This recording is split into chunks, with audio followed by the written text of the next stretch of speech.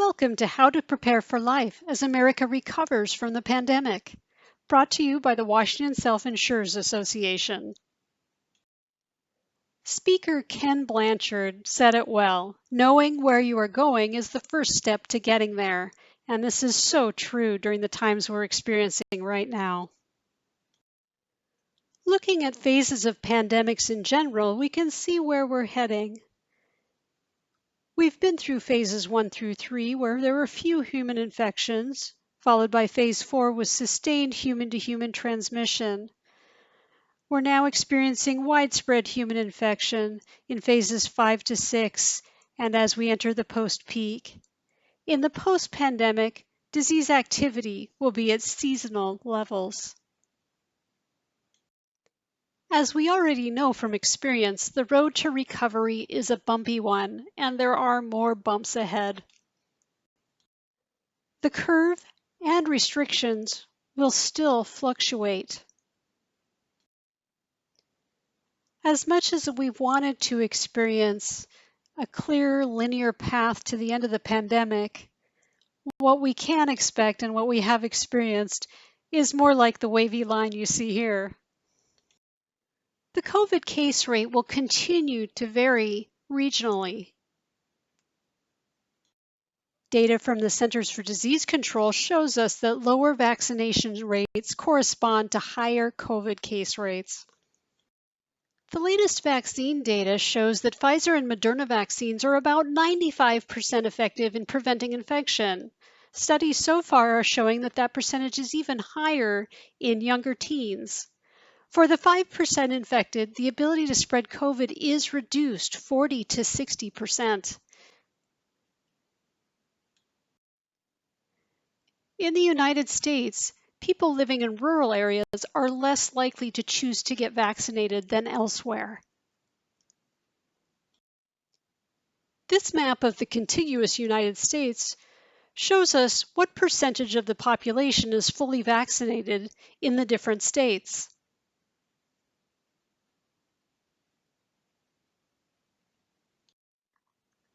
This map of the world shows us where vaccines won't be available for quite a while. We are fortunate in the United States to be one of the first places in the world to have vaccines widely available. Having different vaccination rates in different geographic areas results in what Ed Young of The Atlantic calls a patchwork of immunity. Another clue to what our future will hold comes from looking at the past. We will take a look now at the similarities between the Spanish flu of 1918 and our current COVID pandemic. The first one being this uncanny resemblance between today's Dr. Anthony Fauci and Dr. Dyer Tuttle, who was the Washington State Health Commissioner during the Spanish flu.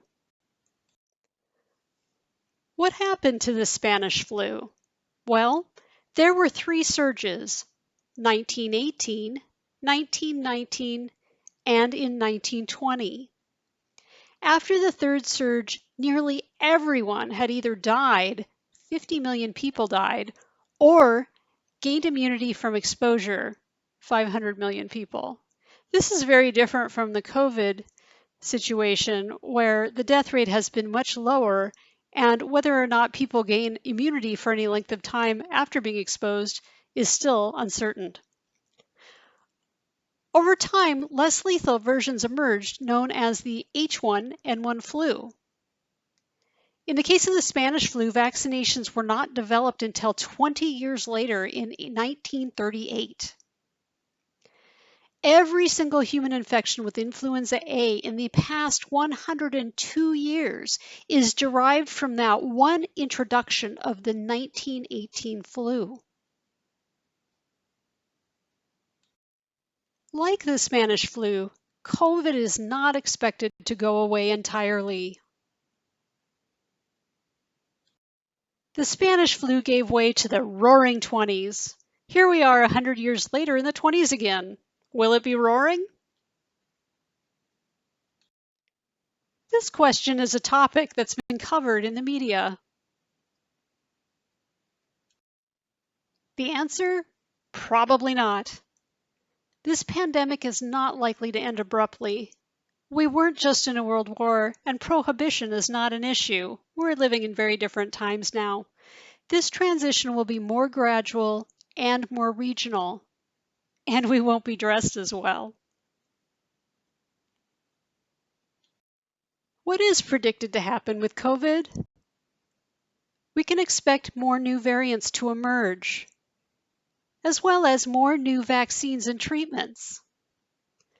COVID and vaccination may become as standard as the flu and vaccination. And COVID rates will continue to vary regionally, and there will likely be endemicity. Endemicity is a disease that is prevalent in a particular locality, region, or population, and that may include cyclic, seasonal waves of disease, broadly similar to the flu, or there may be a multi-year cycle of resurgence. Although we won't be experiencing a roaring 20s, many things have changed for the better. We can talk more openly about mental health now. Medical providers are more available online than they ever were before. We can have things delivered to our homes, including meals. For those of us who have been telecommuting, we can enjoy the opportunity to sit outdoors on nice days and work.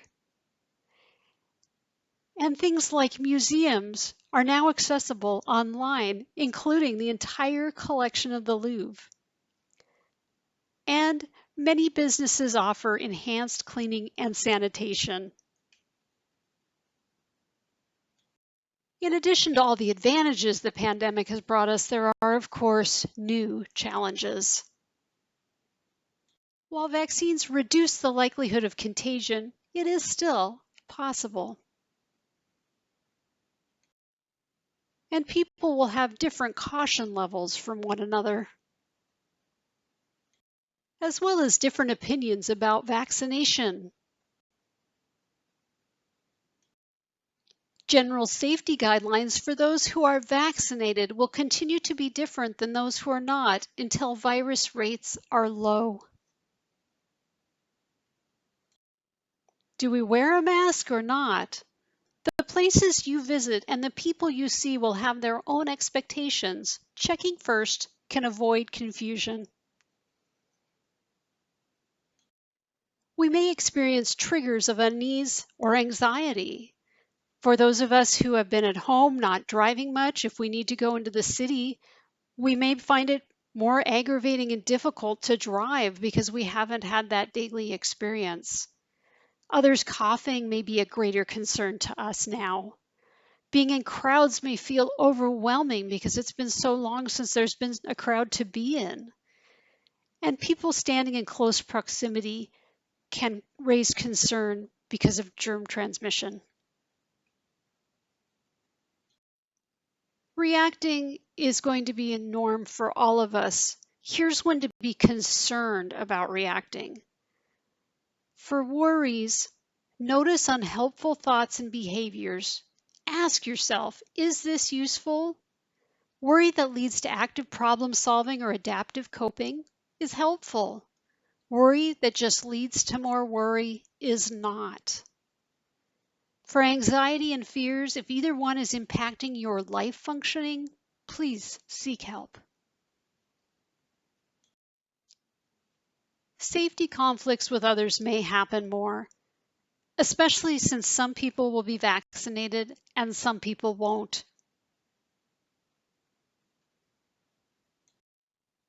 The behavior of others may concern us, and our own behavior may concern other people. While we may disagree with others' COVID choices, we can choose how we will keep ourselves safe and respect others' right to choose for themselves. When we react, our emotions are in control. The emotions call the shots. Responding, on the other hand, is when we choose our actions and how we feel about what's occurring. Take the time to consider when someone else's behavior makes you feel unsafe or you disagree with their vaccination opinions, how will you respond respectfully and be safe? We may instinctively reach out to shake other people's hands, but it may be a while before folks are comfortable with that. Following the Black Death in Europe in the 14th century, it was quite a while before Europeans were kissing each other on the cheeks again. In the interim, we can choose new greetings. On the internet, there are lots of alternatives to handshakes that we can find. This is one of the more fun charts.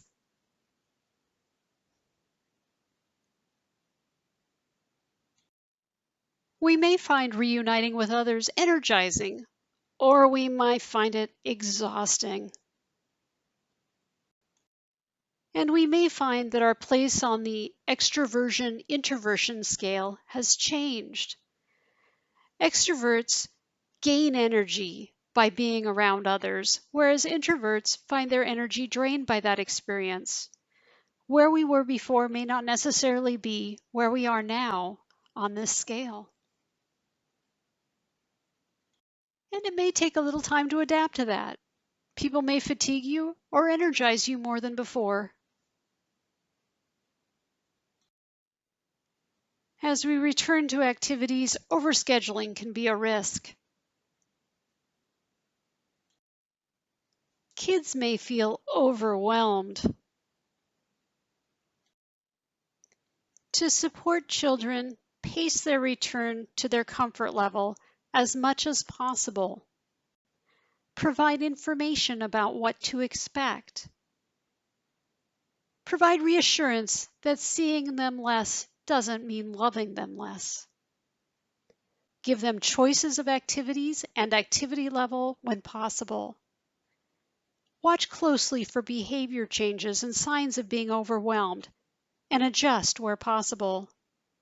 And provide for rest time. Adults may feel overwhelmed too.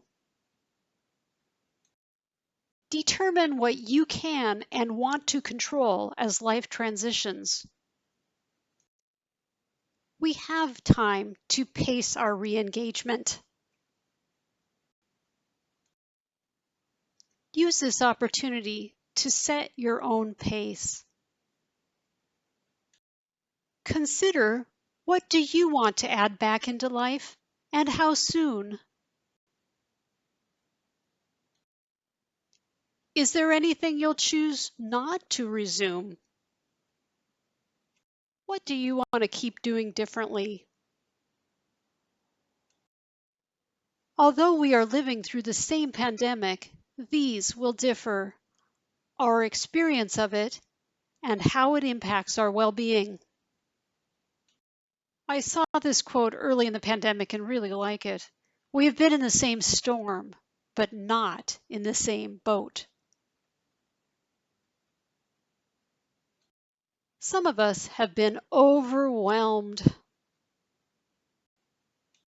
Some of us have been isolated. Some of us will have become more empowered. Many of us won't have adapted well. And some of us have been traumatized. Some of us are grieving the ones we've lost. And some of us are trying to recover. We all have experienced challenges over the last year. As we see people in person again, we have new opportunities to offer support, kindness, and compassion. How we feel about returning will differ, as you can see from these headlines.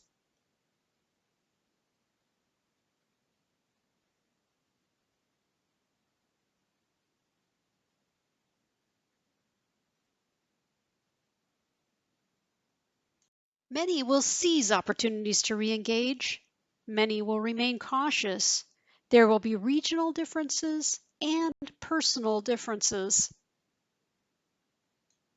Choose what you are comfortable with. Informed choices equal less stress. We can do what we can to stay in our comfort zone, sometimes experience an uncomfortable zone, but we want to avoid that panic zone. Know that over the past year, people we haven't seen may have changed in unexpected ways. For example, maybe they've been working out in the time that they would have been commuting and are more buff. Or they've struggled more with bad habits or addictions. Re-entry into the world will involve daily life changes. Our sleep schedules may have to change. Gradually changing your sleep schedule can help with that transition. Our expenses will change. Costs have gone up over the last year. Activities and other expenses may cost more now. Rebudgeting may be needed. And there are things we need to get caught up on. For example, getting vaccinated if we haven't already and are comfortable doing so, scheduling daycare and camp for the summer, resetting our budgets like we just talked about, and adjusting our sleep schedule like we just mentioned, getting haircuts, car tune-ups, preparing for our new schedules, scheduling dog walkers, resetting the thermostat if we're not going to be home as much, taking care of renewals of memberships, and deciding which activities to resume first are some examples. We'll be adding missed pleasures back into life. As an example, we might be dining out more. Being out and about more, if you live in a city, may mean more time will be spent in traffic. Being out of the home more means our pets will be left home alone longer. And if we have children at home, they will see us less. Emphasizing quality time can help with the transition. Counting time is not as important as making time count. One of the greatest gifts you can give to anyone is the gift of your attention.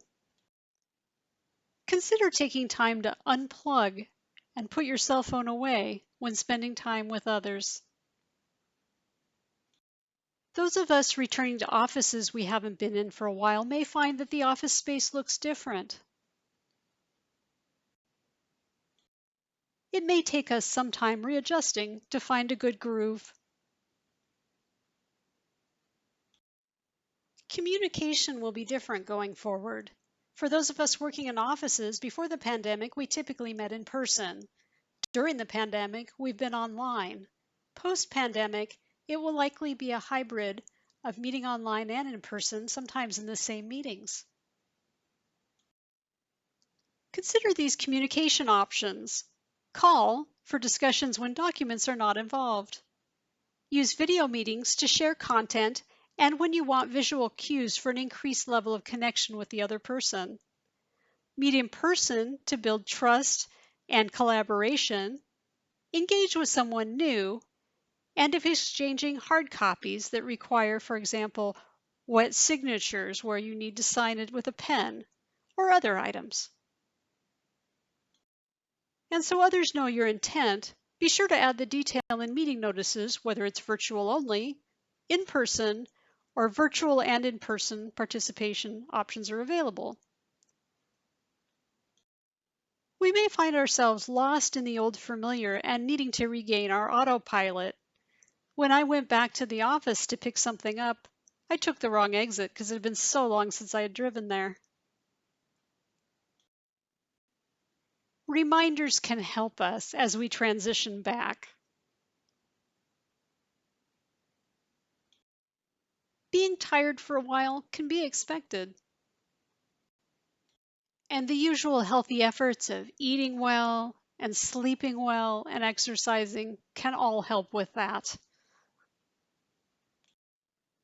As life gets busier, make sure that you're not just having draining experiences and that you're filling your own cup with time to reflect, by eating healthy, by connecting with others who support you, and having that balance with time alone, using your creative energies, taking time in nature, keeping your body moving, and getting enough rest.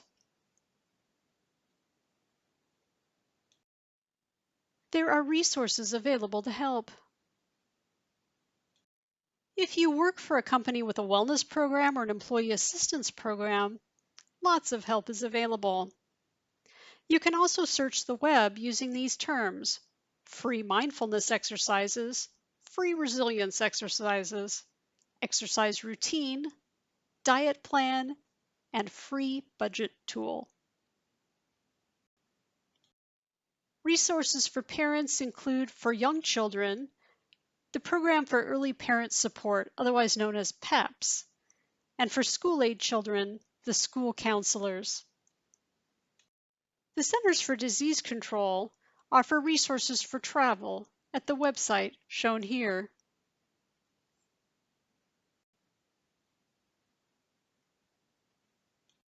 We can do this. Enjoy and stay safe. If you have questions about this presentation, here is my contact information. Jenny Haykin at Puget Sound Energy. I'm the Integrated Leaves and Accommodations Program Manager. My email is jenny.haykin@psc.com.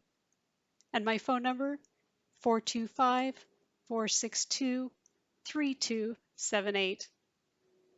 Thank you for your attention. Take care.